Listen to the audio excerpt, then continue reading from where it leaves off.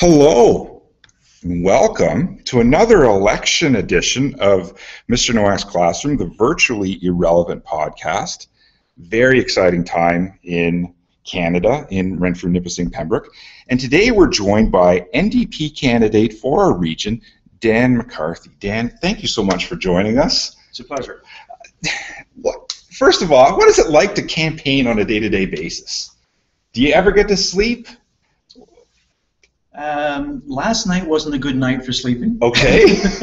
Because I had all these questions, and you know, when you campaign, the public does have questions, and it's surprising in this social media world where you've got a Facebook page and you've got a website page, the number of questions that come in, and it's something that I hadn't anticipated. I mean, normally when I'm at events and I'm chatting with people, I expect the questions, and there they are. Or if I'm knocking on doors, I'm anticipating it. But I did not anticipate the number of people who actually look up your Facebook page, and start sending you questions. I guess I never thought of that. How campaigning is 24/7, and you're kind of always on a debate kind of platform, ready to answer. That's really interesting.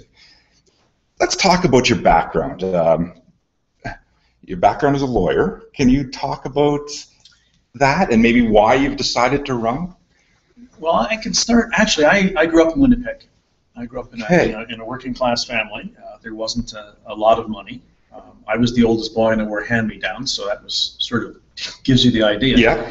But two things. I mean, I had my parents were incredibly interested in sports, and so I played all kinds of sports, and my father coached me. And the interesting thing was that I learned from my dad was, and this is back before it was organized, this is late 50s, every line got on the ice, equal amount of time, even if it cost us the game. And that was a lesson that I learned very early, that it's fairness, it's equality. And my mother would have loved to have gone on in school. Neither of my parents had the opportunity to finish high school. And I knew from a very young age that I was going to university. She may have done it a little too well because I kept going. Time at university. So where did you study? I did my undergraduate degree at the University of Manitoba. Okay. Double major in history and English. Okay. And then I did a master's degree in philosophy at the University of Detroit. Oh, wow. And then I was a high school teacher. I like that too. and then I quit teaching, and in my 33 years of age, I went to law school. And where did you? Osgoode Hall, University of Toronto, right? No, York, right, yeah. right. So how does your career then, or sorry, how does your background growing up in a lower middle class and a role as an educator and a lawyer, how does that prepare you for a life in politics? It seems to me that the most important thing about politics is knowing who you are and what your values are. Because there's going to be a lot of pressure to make quick decisions, and it could be very easy to make so-called political decisions, convenient decisions. And it seems to me that I have tried as a teacher. One of the things I tried to do as a teacher, obviously, was to look at who are the students that need the most help.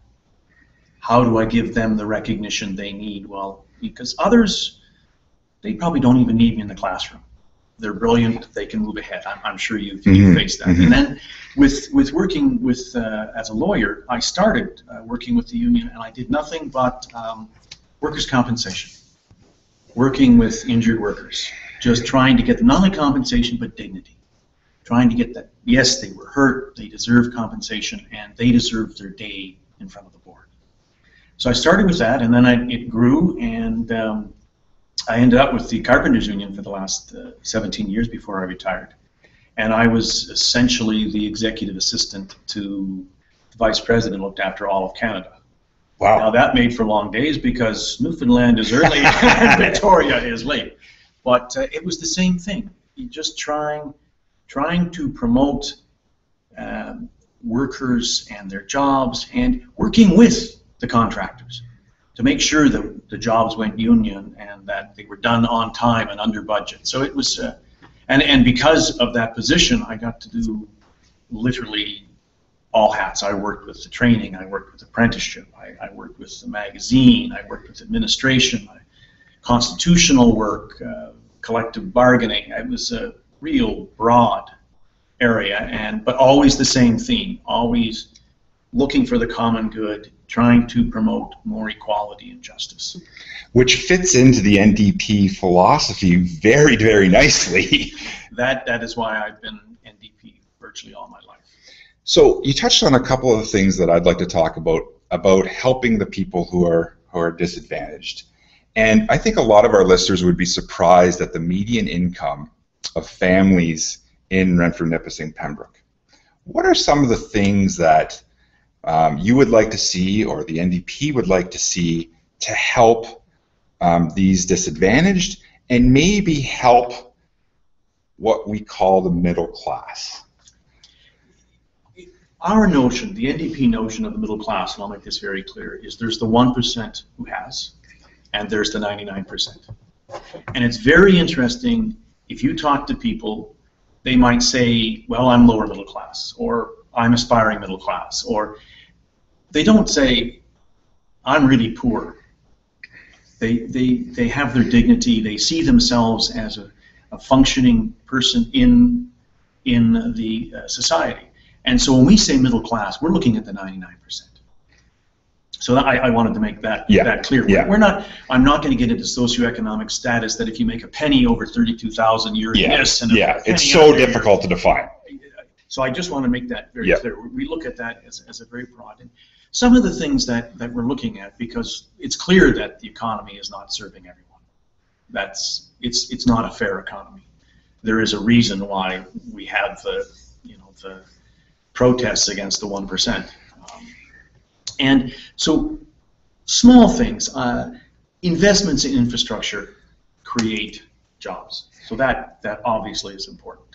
And for not just for economic reasons. I mean, there was another horrible crash, death on the highway. So, that's got to be a priority of twinning that. And I might get a little tangent here, but on the 470, because it's a really important issue for everybody in this riding. Absolutely important issue, is that it's very clear that it takes all three levels of government. You have the county passing a motion last March saying, let's try and get Queen's Park to put it on the 5-year list, because it's not right now. And then you've got the federal saying, we want to give, and the province. So the way I look at this is, when you've had a government in power that has refused to talk to the provinces, gets into mudslinging, and particularly against the Ontario government, then how do you move a project like the 417 onto the 5-year list so that it gets funded and it gets done? To me, you're going to have a very different mindset, and it's not my way and no highway. It's let's sit down, let's have talk. And Tom Mulcair comes from the provincial scene. I mean, he was in government from 1994 to 2003 in Quebec, and he has made a commitment to sit down with the premiers not once but twice a year. So I really see a sea change coming, and I think that's going to help us locally in terms of infrastructure. The other thing that we're trying to do, or at least one other thing that we're trying to do, a couple of things, but that come to mind. One is small business, small and medium-sized businesses. They supply roughly 80% of the jobs in Canada. Wow. And it's certainly here. I mean, we know we've got small and medium-sized employers. We're going to look at the tax rate, which is at 11%, and drop it to 9%.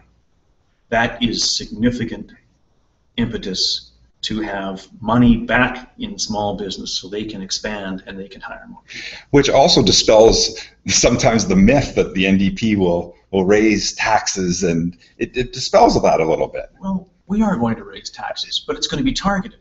Right. The taxes that we're going to raise are going to be corporate taxes.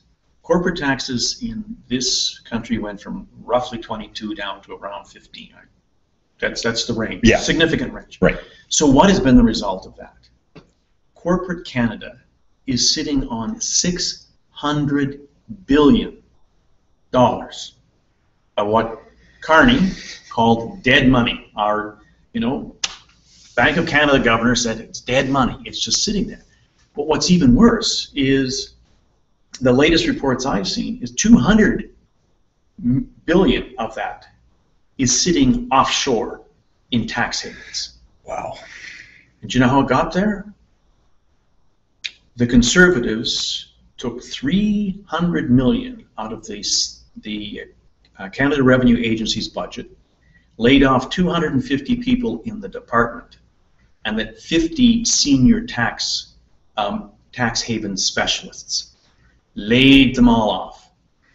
They're going after, environmental clubs, but they let the big money, and what's even worse is the parliamentary budget officer tried to get the data from CRA to check on the flow of money out of the country, and they wouldn't give it to him. And that's, so yes, we will tax, but we're going to target the tax, we're going to tax CEOs' stock options, which is a way of hiding revenue. And a lot of those CEOs earn that 1% that we've talked about with the, and we've done this, the protests against the 1% in the last 5 years, the Occupy movements and such. And I have a hard time even wrapping my head on what kind of lifestyle that 1% has. So it's a very interesting approach. And what we want to do is we want to take that money from those sources, and that will fund programs like the $15 a day childcare, which is certainly going to help people in this riding. Right. I mean, I was at the Arnprior Fair, and I was talking with a young dad, probably in his late 20s, 2 kids. He said he was spending $85 a day on childcare. Wow. To allow him and his wife to work. And they're not having any more kids because they, excuse me, they can't afford the shift. So, we need to, those are expensive programs, but we can take the money from where it's idle. Yes, yes. And put it to good use. So historically, the New Democratic Party has been it's really important for social programs like healthcare in Canada and pensions in Canada. What's the NDP plan for healthcare and for pensions, as Canada is an aging population? The biggest thing that we have to do is step into the enormous vacuum that has been left by Harper. Harper essentially abandoned the federal side of healthcare. Now, we know healthcare is a provincial, but the Canada Health Act is federal. The funding formula is federal. So just a small thing, and it's not really small, but you have, I've got to get this right now, CHIR, the Canadian Health Institute for Research. That is where you do research for things like cancer and efficiencies in the system and emergency best practices, all that kind of research is done there. The research budget got cut. We lost Canadian brains to other institutions. But more than that, the remaining portion of it got directed towards business applications. That's not helpful. And then the scientists who remain got muzzled. So things like that, we have to restore that. And I think Tom Mulcair was on just saying that we have to look at the lessening of the transfer payments. And he said that it's going to take time, but he wants to bring them back up. I mean, the latest one is in the 2014 budget. The Conservatives changed the equalization portion of the health transfer tax from per capita to per capita from needs-based. Interesting. And that means that the amount of money you get when you're the neediest goes down. Wow. And in an area like this, you know what that means. We don't have the population, but we've got great needs because in terms of being overrepresented by seniors, that's the reality of this area. Dan, you talked about Mr. Mulclair. Why would he be a good Prime Minister? You know, I'll have to say this. When Jack Layton died, yes, I was distraught because I had known Jack personally and really watched him grow from being a city councillor to moving in and then really taking the NDP and moving it from a third party into the opposition. And that was devastating. And then I obviously went to the forum to see who was, to listen to all the candidates. And I knew Tom's reputation as for being very incisive, skilled orator, and skilled at question period. I knew those things about him.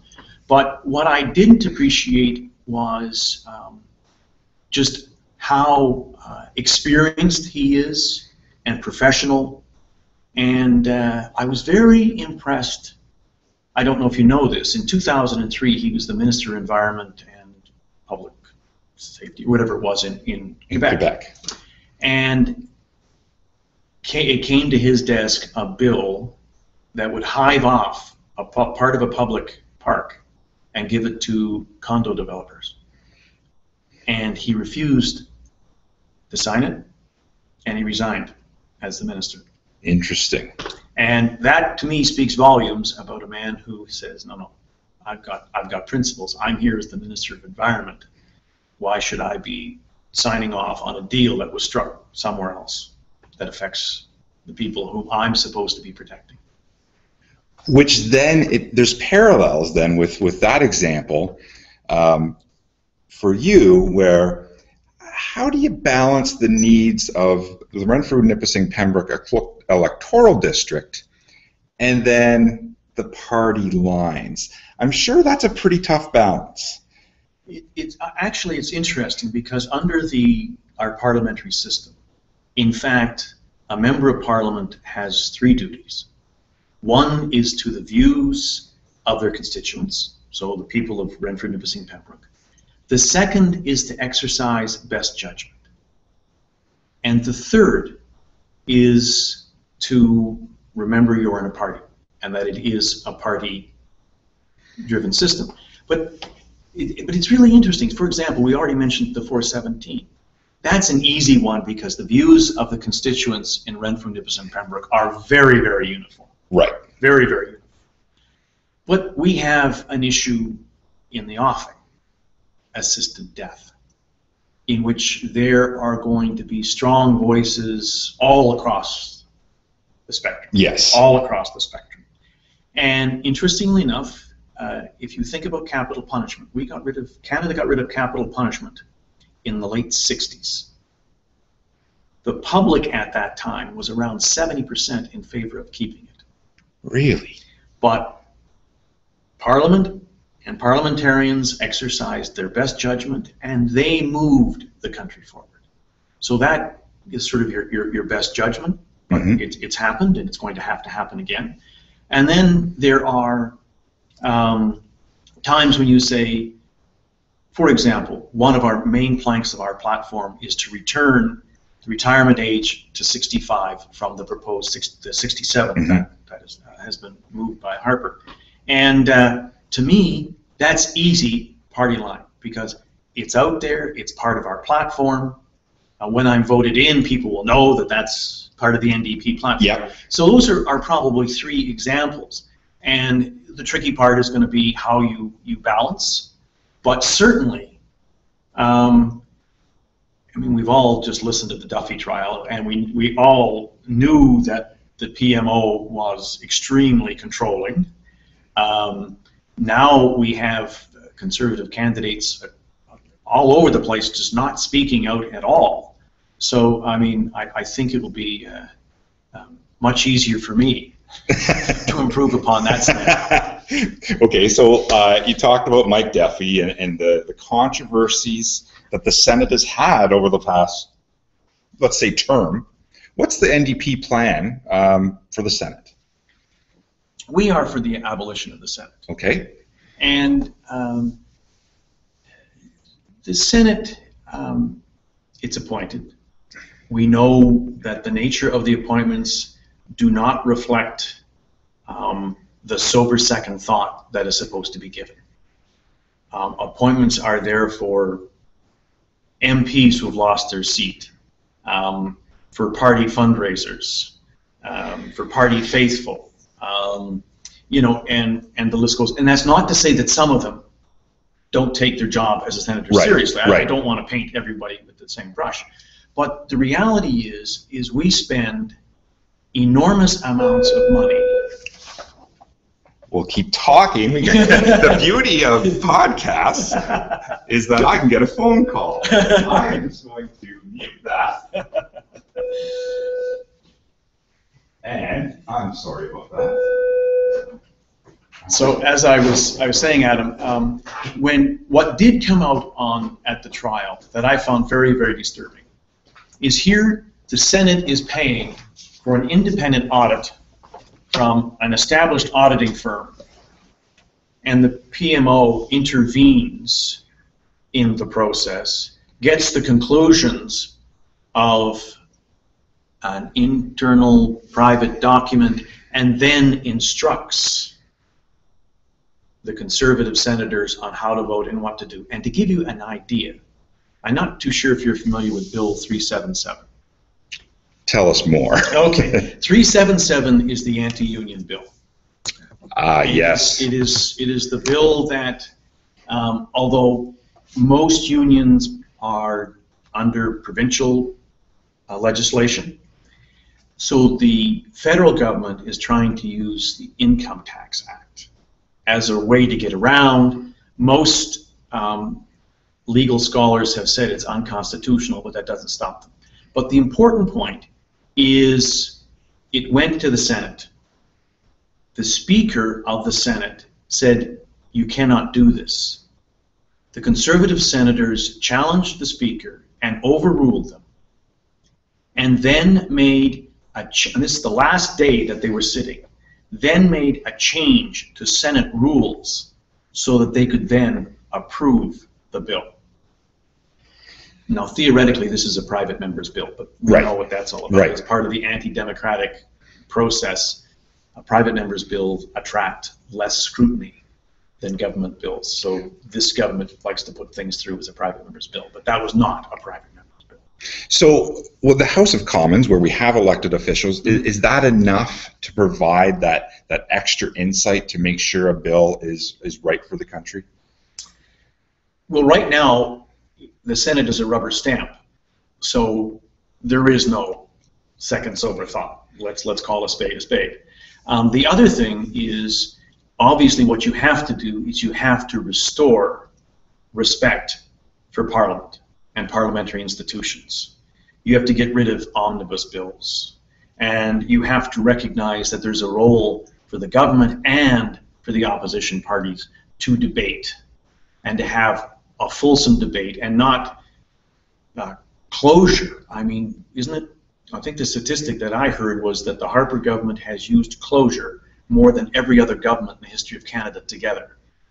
Virtually every bill is closure. We got the majority. We don't want to listen to you. So that has to change. That has to change. And if that changes, and one of the things that we've already committed to as the NDP is the Parliamentary Budget Office. It was Kevin Page. I forget who the most recent appointee is. They couldn't get the information, you know, CRA stonewalled them and that kind of thing. But we have just made a commitment to make him an officer of Parliament, which means that the Budget Office will have access to all the information they need, and they will report to Parliament, not to the governing party, just like the Auditor General reports to the Parliament. So an independent... And I think if we have more of those, then very clearly, you know, if you're not running the government properly and with transparency and respect for the institution and trying to do the right thing, you're going to have officers of Parliament who are reporting like the auditor, and that makes a huge difference. Let's keep with this theme of democracy. I think our voter turnout, especially for young people, is sad. Some people say there's not enough choice. I think in this election, it's very distinct. We have choice. Why should people vote? Why is this such an important duty as a Canadian citizen? It's important because I'm looking at the demographic of 18 to 34. In the last election, and I thought Jack Layton would have appealed to young people, it actually went down 1%. And I have lots of nieces and nephews who are in that demographic. And I went to them, and I know that they seem to have this notion of either or. They like direct action. They like being out there and working for the environment, or working at, against the 1%, out protesting. They like, what was the other one? Oh, Bill C-51. They were out there, they were upset about that. And they like that feeling of being directly engaged. And my message to them was, you can do both. You can be engaged directly, and you can be engaged through a representative that you vote who carries your ideals and your values. And I think that sometimes when we call citizens taxpayers, it's not a good notion, because it's like, well, I pay my taxes, what do I get? As opposed to saying you're a citizen, which means that you have responsibilities too. You follow the rule of law, you uphold values, and I mean, you just have to look at a place like Renfrew, Nipissing, Pembroke, the number of citizens who do volunteer work, and I mean, that's all part of it. But it has to be coupled with the representative being sent to Ottawa to report back to you, to listen to you, to make sure your message gets heard there. And I think the more we can do that, I was very disappointed with, I call it the Unfair Elections Act, when they stripped the budget and the mandate from Elections Canada to promote voting. I mean, that was just so cynical. And it had a negative impact on, there's a program that runs in the schools to promote elections and to have mock elections, and that is going to have a trickle-down effect. Now, hopefully, here at RCI, we'll have a student vote, which I think is always interesting, and it shows students how easy it is. Yeah, but that hurt a little bit. Yeah. And you talked about how you can be active, and now in this, and you referred to this at the beginning of the interview, talking about how you can interact with yourself now on Facebook, on Twitter, and it's just really interesting how things have kind of evolved to make some MPs a little more accessible. I would suggest to you that it's very, very good. I mean, I just found, as I was saying earlier, running, the number of people that I don't know, and they got very mostly interesting inquiries, and it's not just like, what are you doing for me? It's on this issue. Where are you, and why are you there? And good. One of the local issues, if you drive through Renfrew, and you're a Burnstown lad, I believe, if you drive through, you see a lot of the signs, the Canada Post, safe door to door. Must be an issue that's very important to the citizens, and I also like citizens versus taxpayers. That's a really, really interesting point. Anyways, what's the future of Canada Post? What will the NDP do for that? First, something I should clear up with Canada Post is that I think a lot of people think that Canada Post is paid for by taxpayers, and in fact it's not. Canada Post is completely self-sufficient. Interesting. In 17 of the last 19 years, it's turned a profit. It's paid in taxes $1.7 billion to the Treasury. Wow. And the other thing that people don't realize about Canada Post, it's the Canada Post group of companies. Pearly belongs to Canada Post. Did not know that. And what's very, very interesting is that the way the Conservatives did it, they waited until the day after the House of Commons recessed at Christmas. Then the announcement comes out from Canada Post, the 5-point plan. 2 hours later, there's a release from the Conservative Party endorsing the 5-point plan, and then both Canada Post and the Conservatives would not take any questions from the media. And released just before Christmas. I mean, and it was awful because, and you can still see this because Cheryl still writes it in her letters, even though it's absolutely false. The Conference Board of Canada was asked to prepare a report on dropping mail delivery, door-to-door delivery. They predicted that in 2012 the post office would lose $250 million. The post office made 94. Really? They said that by 2020 it'll be losing $1 billion a year. And last year, Canada Post alone made 197 million, and if you put on the group of companies, they made 299 million. Wow! And they were doing door-to-door to virtually 63% of Canadians. They'd only put in boxes for 100,000 at that point. So this is, to me, it's really ideological. You know, for Conservatives, public institutions giving public services are bad. Private institutions and privatizing services is good. And the way I see it is they're trying to minimize the service to Canadians that we've come to expect, that every other country in the G7 has, and so that they can then chop it up and sell it. I mean, you're a high school teacher, so I try. I think of this quiz, and it would be name the Canadian company. Alcan, Inco, Algoma, Stelco, Dofasco, Talisman Oil. I'm missing one. Anyway, which one's Canadian? I say Algoma. None. None. Since 2006, we have sold off all those companies. We've allowed them to be taken over by foreign interests. So think about that.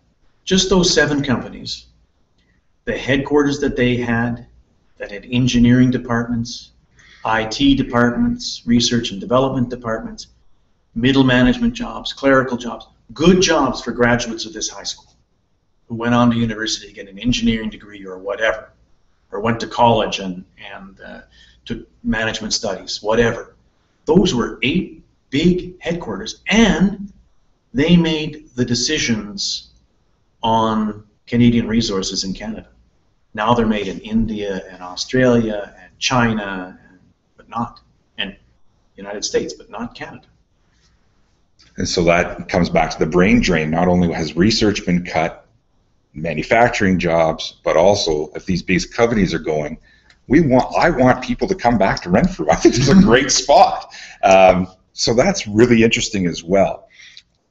On a global perspective, we've got a quote-unquote war on terror. We've got ISIS. What should we do? Is it military intervention? Is it humanitarian aid? What does the NDP say what we should do about conflict in the Middle East?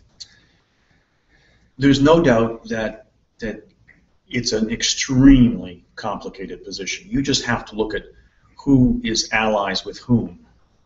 So that we're fighting with the Kurds who are now fighting against the Turks who are also on our side. I mean, that so complicated. Gives you an idea. And I think, if you take a look at what happened in Libya, it started out as an international movement, and then it became regime change. And the difficulty and the history of taking out so-called strongmen is that those were the guys who actually managed to keep all the factions within the country under control. Yeah. And so what's happening now? I mean, think of the number of boats that are leaving Libya. It's so sad. And they're drowning in the Mediterranean. So so it seems to me that one aspect that the NDP thinks is very important is internationalism. Is that you work with international bodies, you work with the UN, you work with NATO, you work with the the group of Arab states. And that requires diplomacy, and it requires a culture of Canadian diplomats who, for generations, have had a great reputation on the international scene, and I think a lot of respect. And the interventions we made in the former Yugoslavia, where we were the peacekeepers. Yes. And we kept the lid on what had already exploded and could have gone a lot worse. So I see the NDP as wanting to return to those traditional Canadian strengths and the traditional international reputation that Canadians enjoyed. I know diplomacy works at glacial speeds, but that said, if you do not have diplomatic routes for conversations, then you've got nothing. You know, you've got bombs, and bombs aren't working. That's a great point. It's a great point. And of course, you need the humanitarian aid. Right. You need the humanitarian aid. When you have 50% unemployment, it's a lot easier to find recruits and to, you know, hold up. The only reason you're unemployed is because these people are keeping you down. Well, an alienated population can be a very scary population, yes, as we talk about in the Challenge and Change course. Final question, two-pronged. The Conservatives have had a run in this riding and in Canada.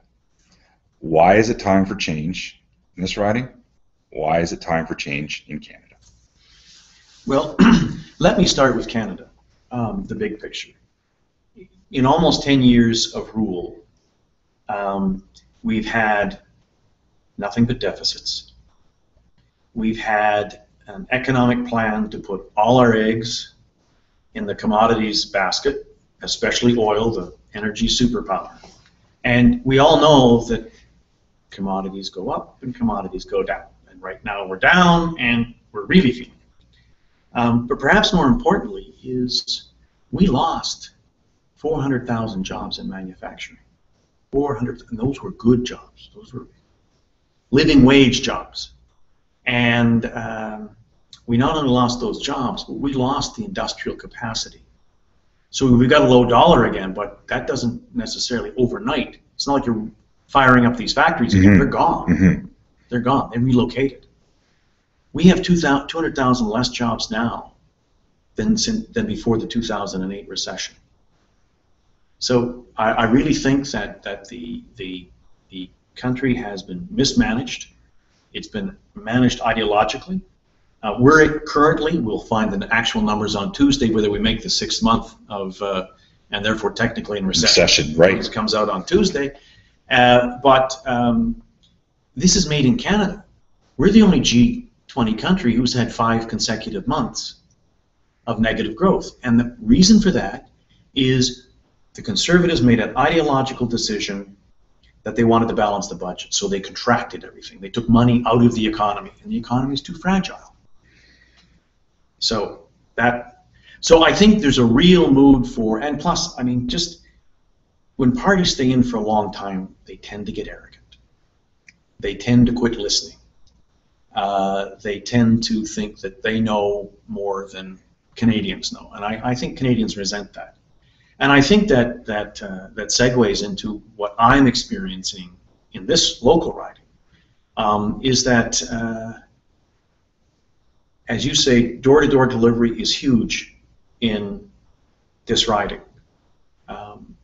Cheryl Gallant has been invited, doesn't even have the courtesy to respond to the postal workers, let alone show up. I mean, we had over 150 people from Renfrew at the town hall meeting, and she didn't show up. She's not talking to the press. The press is trying to set up interviews and, you know, asking us questions, all 5 candidates, and 4 are responding, not 5th. Well, you know what? Why wouldn't there be a mood for change when your current MP is not campaigning, doesn't think she needs to earn your vote, to keep your trust, to show her interest in the democratic process. That's not acceptable. How do people get a hold of you? Let's wrap this up. Of course, most students will probably, you can just Google Dan McCarthy. But Dan, you're on Twitter. What are the other ways people can get a hold of you? So, or read more about you? Okay. So I have a website. Yes. And that's dan.mccarthy@ndp.ca. Okay. I have a Facebook page. So if you just go on your own Facebook page and put in Dan McCarthy NDP, it'll take you right there. And then the Twitter account is Dan McCarthy NDP, @Dan McCarthy NDP.